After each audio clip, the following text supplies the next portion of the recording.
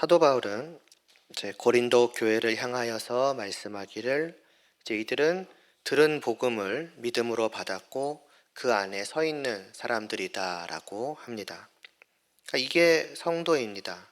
그러니까 성도라는 것은 서 있는 사람들이죠. 그러나 그냥 서서만 있는 것이 아닙니다. 그들은 놀랍게 서 있습니다. 곧 하나님 앞에 서 있는 것입니다. 그분 앞에 서서 그분을 바라보며 그분을 즐거워하는 것이기 때문에 참으로 놀라운 것이지요. 다시 말해 그분과 화평을 누리는 바로 그 자리에 서 있는 자, 서 있을 수 있는 자, 이게 성도라는 것입니다. 그러니 성도가 성도로서 서 있는 것은 참으로 놀랍고 또 복된 것인데, 이를 가능케 해주는 것이 무엇인가? 바로 그들이 듣고 받은 복음이라는 것입니다. 복음만이, 오직 그 복음만이 그들을 그 자리에, 곧 하나님 앞에 당당하게 또 담대하게 서 있을 수 있게 만들어주는 것입니다. 그래서 이러한 말씀 앞에서 우리는 두 가지를 생각해 보게 되었습니다. 한 가지는 정말로 내가 지금 이와 같이 복되게 서 있는 자인가? 만일 정말로 그렇다라고 한다면 지금 나의 앞에 펼쳐져 있는 풍경은 무엇인가? 나의 그 육신의 이 두 눈이 아니라 정말 믿음으로 서 있는 나의 그 믿음의 눈동자에 비치는 그러한 모습들은 무엇인가? 과연 참으로 영광 되신 그 하나님이 내게 비추이고 있는가 하는 것이었습니다. 그리고 내가 내 앞에 계시는 그 하나님을 바라봄으로 인하여서 그 육신의 눈에 비추이는 풍경에 상관없이 때로는 그것들을 이겨내고서 극복하고서 때로는 견뎌내면서까지도 기뻐하고 즐거워하고 행복해하고 있는가 하는 것입니다. 그것이 성도가 서 있는 복된 자리이기 때문입니다. 그러니까 그냥 복된 정도가 아니라는 거죠. 모든 것을 능가하는 복된 자리, 그게 하나님 앞에 서 있는 자리라는 것, 내가 서 있는 곳이 바로 그러한 자리라는 것을 한 번 더 생각을 해보게 되었습니다. 또 한 가지 생각해 보게 되는 것은 다름 아닌 복음에 대해서입니다. 성도라면 누구나 너무나도 잘 알고 있을 바로 그것에 대해서 말이지요. 이미 수없이 들어왔고 내용도 달달 외우고 있을 그 복음을 왜 굳이 성도가 된 우리가 들어야 합니까? 두 가지입니다. 첫째로는 혹여나 내가 서 있다고 확신하나 그것은 그저 착각에 불과한 것이요, 사실은 다른 곳 위에 서 있지는 않을까 해서입니다. 우리가 서 있는 자리가 앞서 말씀드린 대로 그렇게 놀라운 자리라면 그 놀라움과 복됨의 어떤 정도와 크기를 충분히 내가 알고 있다면 혹여라도 1mm라도 내가 이 자리를 벗어나 있다는 것에 우리는 기겁을 할 것이고, 정말 이 자리가 맞는가? 이 토대가 맞는가? 점검하고 또 하게 되지 않겠습니까? 또 한 가지의 이유는 그 복음의 복됨을 놓치며 살아가는 것이 너무나도 아깝기 때문입니다. 좀 전에 진정 그 놀라움과 복됨을 안다면이라 말씀을 드렸습니다.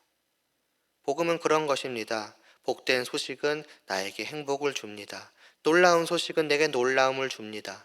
그것이 복되면 복될수록, 그 소식이 놀라우면 놀라울수록 그것은 받은 자의 마음에, 아니 영혼에 큰 충격을 주기 마련이며 그것은 쉬이 사라지지 않습니다. 아니 내가 그것을 사라지게 내버려 두지 않으려고 할 것입니다. 이 좋음을, 이 놀라움을, 이 행복의 감정을 더욱더 누리기를 원하기 때문입니다. 복음은 우리를 그렇게 만들어 주는 것이지요. 그렇다면 과연 우리는 어떠하고 있습니까? 어느덧 분명히 입으로는 복음이라는 그 단어는 말하지만은, 그리고 그 복된 소식을 내가 믿음으로 받았노라고 말하지만은 아무런 복됨이, 아무런 놀라움이, 아무런 충격이 과연 내 안에 있는가 하는 것입니다.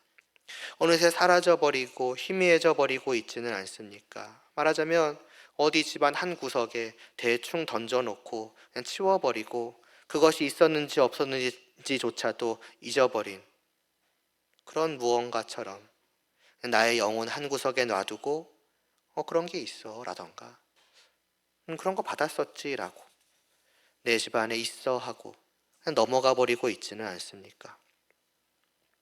어떤 면에서 고린도 교회는 그러하였었죠. 그래서 사도는 분명 복음을 듣고 믿고 분명히 그 안에 분명히 그 위에 서 있는 것이 분명한 이 교회를 향하여서 복음을 전하여 알게 하겠다고 한 것입니다. 다시 한 번 말이지요.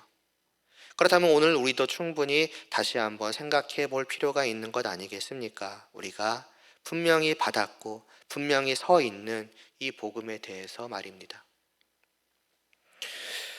자, 그렇다면 복음이란 무엇입니까? 무엇이 우리를 강타하는 놀랍도록 기쁜 소식입니까? 3절, 4절에서 사도는 이렇게 말씀합니다. 내가 받은 것을 먼저 너희에게 전하였노니 이는 성경대로 그리스도께서 우리 죄를 위하여 죽으시고 장사 지낸 바 되셨다가 성경대로 사흘 만에 다시 살아나신 것이라고요. 로마서 1장에서도 사도는 동일하게 말씀합니다. 사도인 자신은 하나님의 복음을 위하여 택정함을 받았는데 이 복음이 무엇인가? 바로 하나님의 아들에 관한 것인데 그 아들이 죽은 자들 가운데서 부활하셨다는 것이라고 말입니다. 그러니까 복음이란 기쁜 소식이란 다른 것이 아니라는 것입니다. 오직 하나, 하나님의 아들이신 예수님에 대한 소식인데 그냥 그분이 계시다더라, 그냥 그분이 하나님의 아들이시다더라 하는 것이 아니라 하나는 그분이 죽으셨다는 것이고 또 하나는 그분이 다시 살아나셨다는 것. 이것이 우리에게 들려진 기쁜 소식, 그것의 전부라는 것입니다. 지난 그 시간, 어떻게 보면 1시간 전부를 들여서 복음을 다시 듣는 것을 준비하는 시간을 가지고 또 기대감을 갖게 한 것에 비해서는 새삼스러울 것 하나 없는 내용이죠. 뭔가 새롭고 놀라운 것이 있는가? 없죠. 이게 다입니다. 어쩌면 겨우 이거 이야기하려고 그런 거였냐는 식으로 생각하게 되었을지도 모르겠습니다. 물론 말이나 표정으로 그러시지 않으시겠지만은 어쩌면 이미 마음에서는 자연스럽게 눈을 감고 귀를 닫고 무언가 나를 기대하게 만들고 즐겁게 만들고 두근거리게 만들 다른 것을 생각하기 시작하셨을지도 모르겠습니다만 그러나 이게 복음입니다. 다시 말씀드리지만 이게 복된 소식의 전부입니다. 그리고 우리가 우리 스스로에게 물어봐야 할 유일한 것입니다. 다른 어떤 내용들이 아니라 바로 이 내용, 바로 이 소식, 바로 이 복음을 내가 받았는가 말입니다. 물론 우리가 우리 스스로의 머리를 향해서 물어본다면 우리 모두는 너무나도 분명하고 너무나도 자신 있게 스스로 대답할 것입니다. 나는 이 복음을 받았다고. 나는 이 복음을 너무나도 잘 알고 있다고. 내가 평생을 들어온 것이 바로 이것 아니겠냐고. 우리의 머리는 정말 당당하게 외칠 것입니다. 그러나 우리가 스스로에게 물어봐야 할 곳, 물어봐야 하는 자리는 우리의 머리를 향해서가 아닙니다. 우리의 마음, 우리의 영혼을 향해서죠. 나의 마음아, 나의 영혼아, 정말로 너는, 아니 나는이라고 해야 될까요? 정말로 나는 이 복음을 받았니? 더 나아가서 지금도 이 복음 안에 있고 이 복음 위에 있니? 라고 내 마음을 향해서 물어보는 그것이 우리의 올바른 질문이 될 것입니다. 과연 나의 마음, 나의 영혼은 무엇라고 답을 할까요? 물론 그것들이 입이 있지는 않으니 말로 무언가를 표현하지는 못할 것입니다. 그러나 내 마음과 영혼은 그 자체로 그것이 지금 어떠한 상태로 내 안에 있느냐로 우리에게 어쩌면 말로 하는 것보다도 더 분명한 대답을 해줄 것입니다. 말 그대로 놀랍고 기쁜 소식입니다. 그렇다면 그것을 받은 나의 마음은 오직 한 가지로 그것을 받았음을 대답할 것입니다. 시작하면서도 말씀드렸는데 간단합니다. 놀랍고 좋은 기쁜 소식을 받았으니 놀라워하고 좋아하고 기뻐하는 것입니다. 우리의 마음은 솔직하지요. 우리의 영혼은 정직합니다.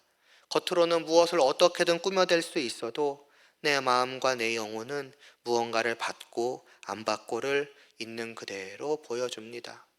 슬픈 것을 받았으면 슬퍼하고, 싫은 것을 받았으면 싫어하고, 놀랍고 좋고 기쁜 것을 받았으면 놀라워하고 좋아하고 기뻐합니다. 그러므로 사실 대답을 듣는 것은 너무나도 쉽습니다.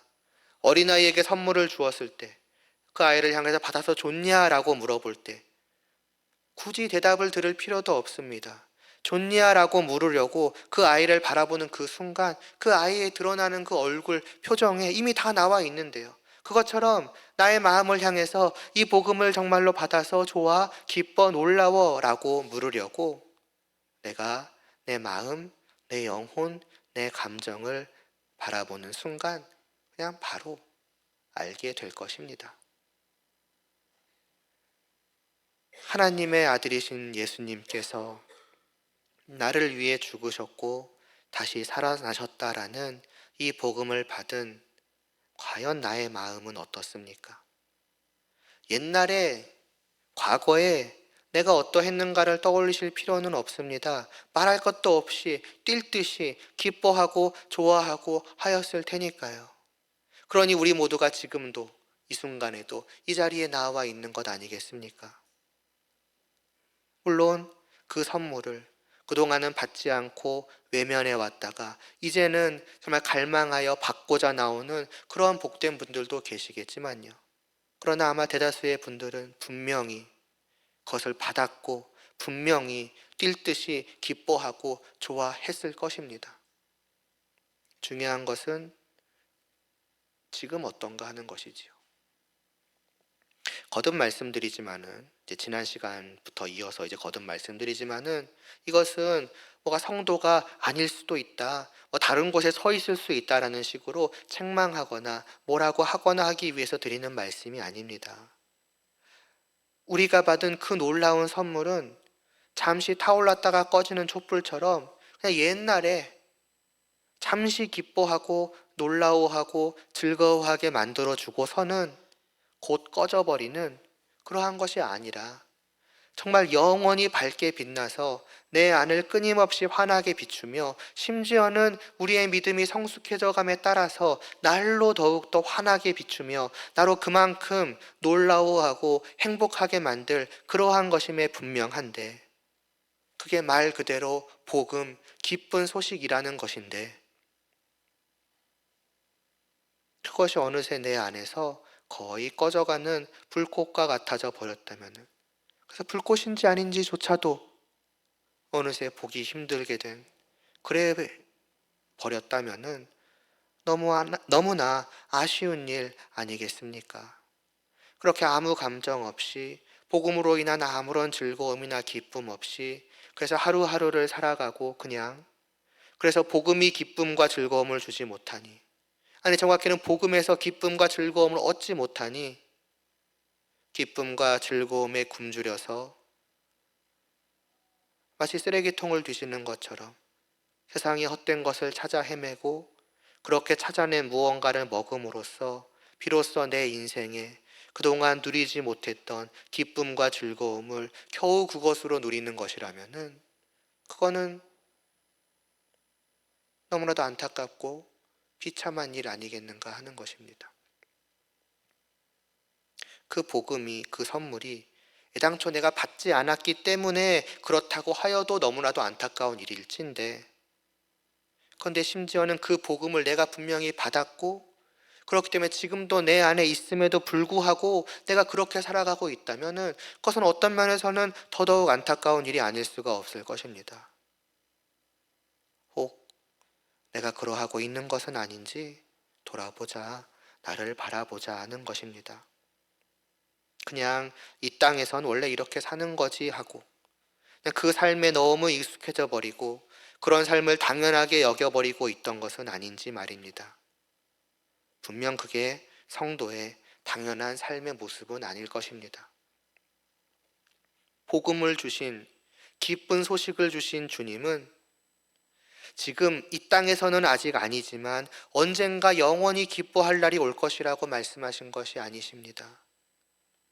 지금 그 복음을 내가 너에게 준 그 순간부터, 너희가 들은 복음을 믿음으로 받은 그 순간부터 영원히 기뻐하게 될 것이라고 말씀하신 것입니다.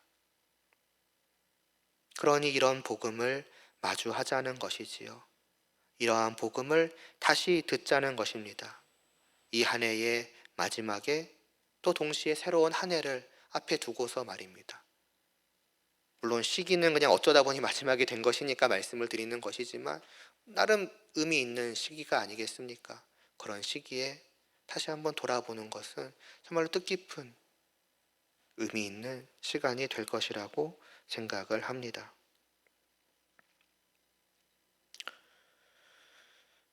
청년들한테는 간간히 이제 어떤 주제를 놓고서 한 두 번, 세 번, 그러니까 2주, 3주에 걸쳐서 설교하고는 할 때가 있습니다. 그러니까 같은 내용인데 이렇게도 설교해 봤다가 저렇게도 설교해 봤다가 저렇게도 표현해 봤다가 때로는 청년들 입장에서는 왜 이렇게까지 하는가 싶기도 하겠죠. 간간히 그래서 청년들한테 얘기를 합니다. 왜 내가 이렇게 말을 하는지, 말씀을 전하는지. 여러 가지 이유가 있겠지만 그 중에 한 가지는 말씀을 전하는 제가 뭘 전하겠는지, 뭘 전하려고 하는지는 충분히 머리로 이해는 하고 있거든요. 근데 내 스스로가 정말 이것이 내 마음에, 내 영혼에 정말로 깊이 와닿고 있는가, 그걸 내가 지금 전하고 있는가 할 때에는 그냥 머리로 이해하고는 있지만 마음으로까지 충분히 와닿지 않는 그것을 내가 지금 말하고 있구나, 전하고 있구나라고 생각이 들 때가 있습니다. 첫 주에 그렇게 설교하고 나면 그게 싫은 거죠. 그러니까 다시 말씀을 전해보고 또 다시 말씀을 전해보면서 제발 이 말씀이 다만 머리로만 이해되어지는 것이 아니라 마음에 와닿기를, 당연히 청년들을 향해서이기도 하지만 다수의 청년들을 향한 발버둥이라기보다는 어쩌면 어쩌면이 아니라 그냥 저 자신을 향한, 나를 향한 그런 발버둥이다, 어떤 그런 식으로도 표현을 하고는 합니다. 그러면서 청년들 말하겠죠. 어쩌겠냐? 여러분의 말씀 전하는 사람이 난데 여러분이 그런 나를 또한 참아줄 필요도 있다, 어떤 그런 식으로도 말씀을 전하면서 덧붙이는 말도 있습니다. 여러분은 나보다 낫기를 바란다고. 진심입니다. 어쩌면 그런 저 자신을 바라보면서 어쩌면 새삼스럽게 이 복음을 다시 한번 전하고 있는 것이기도 합니다. 한편으로는 그런 걸 바라기도 합니다. 오히려 그건 너 문제 아니냐, 나는 안 그렇다. 오히려 저는 그걸 듣기를, 나는 안 그렇다, 나는 이 복음으로 인해서 지금 너무 즐겁고 행복하다. 어떻게 보면 이제 너라고는 안 하시겠지만 강도사님의 시선으로 우리를 바라보지 말아라라는 그런 말을 저는 오히려 듣기를 원합니다. 정말 이 복음의 기쁨이 우리 안에 정말 다 있기를 원합니다. 복음을 봐보죠. 먼저는 예수님의 죽으심에 대해서 과연 지금 나는 어떠한가 하는 것입니다.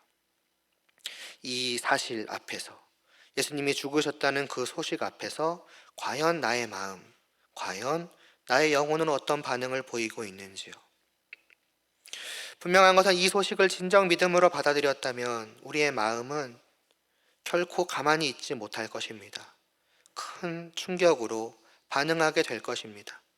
처음에는 어안이 벙벙해질 것이고 곧 눈물이 흐르게 될 것입니다. 감격과 감동이 나의 마음을 가득 채울 것입니다. 왜 그렇겠습니까? 하나님의 아들이, 하늘에 계신 분이 저 아래에 이 땅에 있는 한낱 피조물을 위해서 창조주인 자신을 버리고서 죄로 더럽혀진 피조물을 위해 이 땅에 내려오셨기 때문입니다.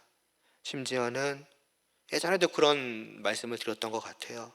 영광된 본래의 모습으로 내려와서 모두의 찬양과 경배를 받으신다고 할지라도 어떻게 하늘에 계신 분이 이 땅에 내려왔는가 싶을 정도인데, 심지어는 피조물이 되어서, 그리고 모든 사람 중에서도 가장 낮은 자로 오셨으며 사람들에게 멸시와 조롱을 당하며 죽임을 당하기까지 하셨기 때문입니다. 심지어 그 죽음은 다만 사람들에게만 멸시와 조롱을 당한 것이 다가 아니라 또 사람들이 찌르는 채찍과 목과 창의 고통만을 당하신 것이 아니라 우리의 죄를 짊어지시고 대신 하나님의 심판을 받으시는 그러한 고통을 당하시는 죽음이셨습니다. 대략 한 대여섯 문장 정도 되는 내용이지요. 그러나 그 문장의 하나하나를, 또 그 문장 안에 들어있는 단어 하나하나까지도 평범한 것이라고는 하나도 없습니다. 그렇기 때문에 누구나 처음에는 이 단어 하나부터 시작해서 전체 문장에 이르기까지 믿지를 못하고 받지를 못한 것 아니겠습니까? 한마디로 말도 안 되는 것입니다. 그런데 그 말도 안 되는 것이 내 안에 믿음으로 받아들여지게 되었을 때에 그 말도 안 돼, 어떻게 이런 일이 하였던 그것은 이제는 그냥 헛소리라는 의미에서의 말도 안 돼가 아니라 도무지 말도 안 되는 크기와 넓이와 깊이의 소식이 되는 것입니다. 말하자면 이 보잘것없는 내가 받기에, 내 안에 받아들이기에는 너무나도 광대하고 빛나는 선물인 것이지요. 그것이 말하자면 우리의 마음, 그 나의 마음속을 그냥 쑤시고 들어온 것입니다. 음식이라고 생각을 해보시면 되죠. 이건 절대로 다 못 먹어요, 너무 많아요 할 만큼, 말하자면 이 온 방을 가득 채운 그러한 음식들이 말하자면 놀랍게도 전부 내 안에 들어왔다고, 내가 다 결국에는 먹었다고 상상해 보시기를 바랍니다. 내 배는 완전히 빵빵 채워지겠죠. 과장 없이 배가 터질 정도가 되겠죠. 감당할 수가 없으니까요, 내 이 배의 용량이. 복음이 우리의 마음속에, 영혼 속에 들어온다는 것, 마치 그와 같다고 할 수 있을 것입니다. 그러니 그걸 받아들인 내 마음이 어떠하겠습니까? 넘치는 포만감, 이 정도로는 도무지 표현할 수 없는 그런 벅찬 감격과 감동이 내 안을 그냥 터질 듯이 채우는 것입니다. 심지어 이것은 음식과 달리 소화돼서 사라지는 것도 아닙니다. 영원히 처음 모습 그대로, 오히려 배 안에서 음식이 불어난다 하는 것처럼 날로 더욱 커져만 갑니다. 다르게 표현을 해보면 바로 이것을 받아들인 나의 믿음은 결코 내 영혼을 그냥 내버려 두지 않습니다. 설령 내가 어떻게든 이것을 외면해 보려고 하고, 죄가 어떻게든 그 복음을 조금이라도 못 보게끔 덮어버리려고 하고, 내 영혼을 향해서 외치려고 하는 그 믿음의 말하자면 입을 그냥 틀어 막으려고 할지라도 결국 내 안에서 눈물 섞인 목소리를 힘껏 높여 외칠 것입니다. 하나님의 아들이 너를 위해 죽으셨다라고요. 우리가 복음을 받아들였다, 우리가 믿음으로 복음 안에 서 있다는 것, 바로 이와 같은 상태로 서 있음을 의미하는 것일 것입니다. 예수님께서 부활하셨다는 사실은 또 어떻습니까? 어떤 면에서 이는 그 예수님의 죽으심보다 더 우리에게 충격적인 소식입니다. 왜냐하면 하나님의 아들이신 예수님의 그 죽으심이라고 하는 것은 그 안에 담겨진 그 의미와 가치를 그냥 제쳐둔다고 하면은, 그냥 죽음 그 자체만을 놓고 본다면 그거는 하나 특별한 거 없는, 누구에게나 찾아오는 자연스러운 일이기 때문입니다. 죽었다는 사실 자체만 놓고 본다면 그것은 믿음의 영역이 아닙니다. 사람이 죽는다, 믿을 필요가 없는 당연한 일이기 때문입니다. 그러나 부활은 거기에 담겨져 있는 놀라운 의미와 가치를 다 제쳐두고서도 그냥 부활했다라는 그 자체만을 놓고 보더라도 절대로 받아들일 수 없는 그러한 일입니다. 이미 그 부활 자체서부터가 믿음의 영역이요 대상입니다. 그만큼 절대로 있을 수 없는, 말 그대로 말도 안 되는 일이니까요. 죽으면 끝입니다. 그리고 그렇게 죽어 끝난다면 예수 그리스도가 우리에게 무슨 소용이고 의미가 되겠습니까? 예수님을 믿는다는 것은 그분을 의지한다는 것인데, 나를 이 죄악에서 건져주시고 나와 하나님 사이에서 우리 둘을 이어주시고 화평케 만들어주실 것을, 바로 그분은 그 일을 하여 주실 것이라고, 나는 못하는 그 일을 그분은 하실 것이라고 믿고 의지한다는 것인데, 그분이 없다면요, 그분 죽으셨는데 하고 끝나버린다면요, 예수님에 대한 소식은 기쁜 소식이 되지는 못할 것입니다. 나를 위해 죽으셨다는 감동적인 소식은 될 수 있을지 모르지만 죽음으로 끝나버렸다면 결코 기쁜 소식은 되지 못할 것입니다. 오히려 잠깐의 그 나를 위해 죽으셨다니라고 하는 그 감동은 곧이어 절망과 좌절로 그쳐버리고 말겠죠. 그렇다면 난 이제 어떻게 할 수가 없거든요. 감동적이지만 좌절스러운 소식이 돼버리고 말 것입니다. 그래서 예수님께서 십자가 위에서 죽으신 뒤에 제자들은 어땠습니까? 다 같이 슬퍼하며 울었습니다. 예수님 생전에 베드로가 고백한 대로 그들은 모든 것을 버리고 예수님을 따랐습니다. 그분이 자기들을 구원할 분이심을 믿었기 때문입니다. 그러나 그분의 죽음으로 모든 것이 끝나버린 것입니다. 죽어 없는 분에게 어떻게 구원을 기대할 수가 있겠습니까? 그러니 슬퍼할 수밖에 없는 것입니다. 그래서 슬퍼 울며 어찌할 바를 몰라 하거나 각자 흩어질 수밖에 없었던 것이지요. 그들이 예수님이 부활하실 것을 머리로 몰랐겠습니까? 생전에 주님께서 여러 번 자신이 죽으실 것과 그리고 다시 살아나실 것에 대해서 말씀하셨습니다. 그러나 그럼에도 불구하고 지금 그들은 그저 슬퍼만 할 뿐입니다. 주님의 곁에서 주님이 보이신 수많은 기적들을 보아왔고 또 베드로 자신의 고백처럼 그런 주님을 살아계신 하나님의 아들이라 믿었음에도 불구하고 그들은 슬퍼할 뿐이었습니다. 부활이란 그런 말도 안 되는 일이라는 거죠. 그들에게 있어서도. 마리아가 예수님의 무덤에 가보았다가 예수님께서 다시 살아나셨다는 천사의 말을 듣고 돌아왔을 때는 또 어떻습니까? 그 놀랍고 기쁜 소식을, 완전히 꺼졌던 희망이 다시 활활 타오르는 그 소식을 들었을 때에 누가복음 24장 11절은 사도들이 그 말을 허탄한 듯이 들려 믿지 않았다고 합니다. 말 그대로 공허한 헛소리라고 생각한 것입니다. 그 말을 듣고 직접 가서 그 무덤이 비어있는 것을 본 베드로는 어떻습니까? 이 정도면 이제 믿었을까요? 아니요, 그죠? 신기하게 여기면서 이상한 일도 다 있네. 분명히 죽었던 시체가 사라지다니. 그러고 그냥 집으로 돌아왔을 뿐입니다. 부활이란 이런 것입니다. 생전에 들었고 그분이 하신 놀라운 일을 수없이 보았으며 천사의 말과 시체 없는 무덤까지 보았음에도 불구하고 전혀 생각할 수 없고 받아들일 수 없는 그런 일이 부활이라는 것입니다.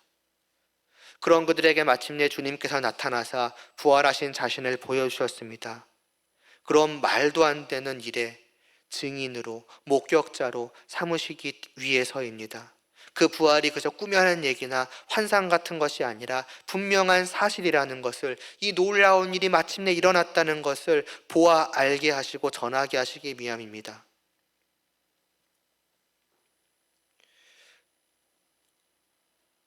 근데 부활하신 그분을 실제로 보고서도 제자들은 어떻습니까?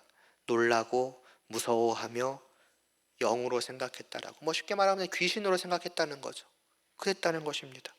보고서도 못 믿고 의심합니다. 그래서 손과 발을 보이셨고 만지게 하셨음에도 아직도 그들은 믿지 못하고 놀랍게 여겼습니다. 그래서 심지어는 그들 앞에서 직접 먹을 것을 먹어 보이기까지 하셨고, 그리고 나서 마침내 그들의 마음을 열어 성경을 깨닫게 하사 바로 이 일이 하나님께서 말씀해 오신 그 일이라는 것, 그들을 구원하기 위해 오신 주님께서 자신께서 바로 그 하실 일이 바로 이것이었다는 것을 하나님께서 말씀해 오셨고 바로 오늘 그 일이 일어났다라는 것을 마침내 그 마음을 열어 깨닫게 하셨을 때에 비로소 그들은 그 놀라운 기쁜 사건에 대한 증인이 되었고, 너희가 이제 증인이 되었으니, 목격자가 되었으니 이를 전하라, 주님께서는 말씀하셨습니다. 그래서 그들이 전한 것이 복음입니다. 봐도 믿기지 않는 그 일을 분명히 봄으로써, 알게 됨으로써 마침내 믿게 된 그 증인들이 증거하는 것이 복음입니다. 그래서 오늘 본문 3절에서부터 11절까지 바울은 말씀하는 것입니다. 내가 전하는 그 복된 소식이란 도대체 어떤 소식인가? 하나님께서 말씀하신 그대로 주님께서 우리 죄를 위하여 죽으셨다가 다시 부활하셨다는 소식인데, 이것은 단순히 그냥 글 속에 담겨 있는 말이나 아니면 누군가가 그냥 옛날에 그런 말을 했으니까 그냥 믿자라고 하고, 말하자면 실체 없는 것을 붙잡는 듯한 허황된 그런 소리가 아니라, 이는 게바와 12제자와 500여 형제와 야고보와 사도와 그리고 자기까지도 분명하게 목격한 것을 전하는 것이라고 합니다. 직접 본 것을. 그러니 하나님이 말씀하신 정말 있는 그대로 일어난 사건을, 사실을 전하는 것이라고, 우리가 전하는 소식은 바로 그런 소식이라고 하는 것입니다. 그러므로 이 소식을 믿는 것은 아까 잠깐 언급한 것처럼 실체 없는 뭔가 허황되고 허탄한 말뿐인 것을 믿음으로 붙잡는 것이 아닙니다. 그랬다면 나는 붙잡았다고 여기지만 내 손안에는 아무것도 없는 것 아니겠습니까? 그러나 실체 있는 증언을, 분명히 눈으로 목격한 증거를 우리는 붙잡는 것입니다. 다시 말해서 분명히 일어난 사건을, 사실을 붙잡고 받아들이는 것입니다. 그것이 믿음으로 복음을 받는 것입니다. 그렇다면 정말로 이를 받아들인, 정말로 이 진실로 있는 것을 붙잡고 내 마음속에 받은 나는 어떻겠습니까? 아무것도 먹은 것이 없는데 먹는 셈 치자고 그냥 스스로를 세뇌시키는 그런 사람 같을 수 없을 것입니다. 그런 사람은 실제로 먹은 것에 대한 배부름이나 포만감이나 즐거움이나 만족 같은 것은 있을 수 없겠죠. 먹은 것이 없는데 먹은 셈 그냥 친 거니까요. 믿었다 친 거니까요. 그저 꼬르륵거리는 소리를 애써 무시하고 나는 배부르다고, 나는 괜찮다고 그렇게 할 뿐이죠. 그러나 진짜를, 실제를 먹은 자, 정말로 먹은 자, 듣기만 한다면 당연히 믿지 못하고 두 눈으로 실제로 보아도 믿기지 않고 두렵고 놀랍고 어안이 벙벙하고 너무 기뻐 꿈인가 생시인가 할 그런 진짜 사실을 실제로 먹은 자라면, 곧 진실로 이 복음을 믿음으로 받은 나라면 그 나의 마음은 어떨까 하는 것입니다. 지난 시간 마지막쯤에 말씀드렸던 것 같은데요. 우리가 나를 돌아보자, 다시 한번 내 안을 점검해보자 하는 것은 단지 내용이나 지식을 점검하자는 것이 아닙니다.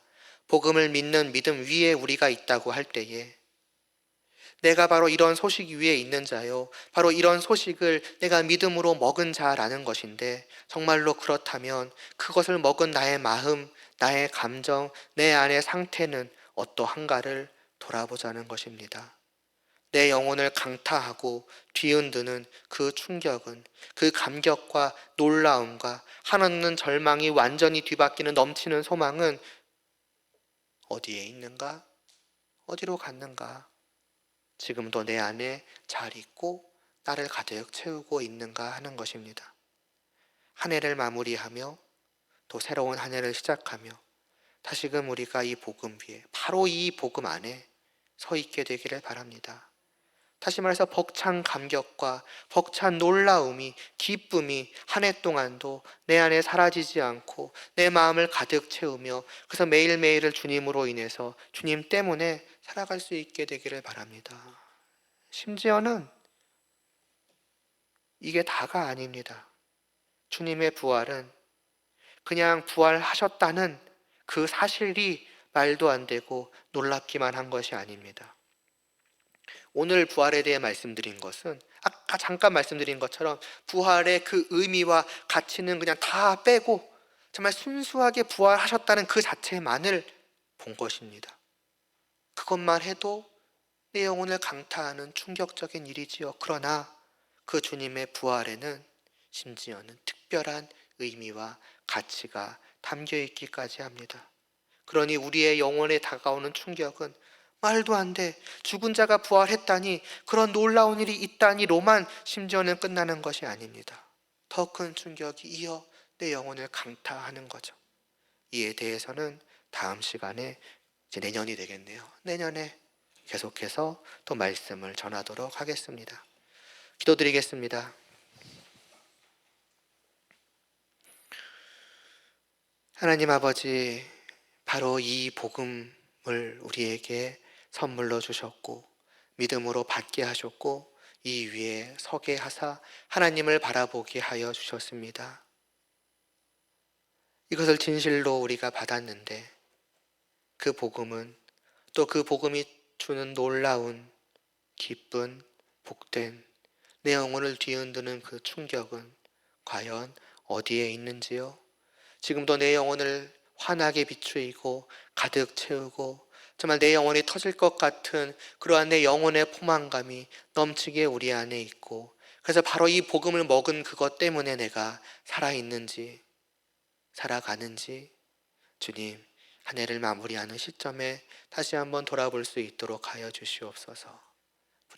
부디 이 말씀을 통해 우리 안에 은혜를 베풀어 주시사, 혹 우리가 마음속 한 구석에, 어디 저 구석에 정말 두고서 잊고 살아봤노라면은 다시금 이 복음을 내 마음의 중심에 두게 하여 주시옵시고, 내 영혼을 이 복음이 가득 채우게 하여 주시옵시고, 다시금 이 복음에 정말 넘치는 기쁨으로 많이 저희로 살아갈 수 있는 그러나 성도로서 서서 언제나 하나님을 바라보며 걸어가는 그런 새로운 한 해 온전히 모든 시간이 될 수 있도록 은혜를 베풀어 주시옵소서. 예수님의 이름으로 기도드리옵나이다. 아멘.